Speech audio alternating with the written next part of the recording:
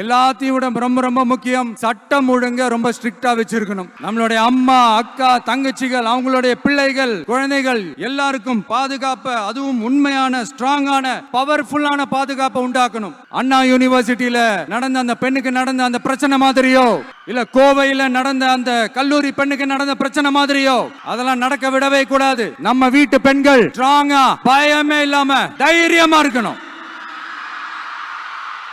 இதை எப்படி செயல்படுத்த போறோன்றது முன்னாடி சொன்ன மாதிரி நம்மளுடைய தேர்தல் அறிக்கையில அதுக்கான விளக்கத்தை ரொம்ப டீடைல்டா கொடுப்போம். நான் சும்மா மத்தவங்க மாதிரி அவங்கள மாதிரி எல்லாத்தையும் அடிச்சு விட்டுட்டு ஏமாத்துற வேலையெல்லாம் இங்க கிடையாது நம்ம கிட்ட.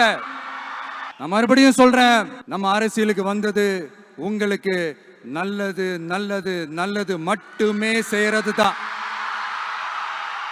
எங்களுக்கு வேற எந்த அஜெண்டாவும் கிடையாது. அதனாலதான் பாத்தீங்கன்னா கொள்கை எதிரி யாரு, அரசியல் எதிரி யாருன்னு திட்டவட்டமா சொல்லிட்டு அது வெளியே சொல்லிட்டு களத்துக்கு வந்திருக்கிறோம். அதுல எந்த விதமான குழப்பமோ எந்த விதமான ஊசலாட்டமோ எதுவுமே இருக்க போறதில்ல. இந்த விஜய் சும்மா எதையும் சொல்ல மாட்டான்.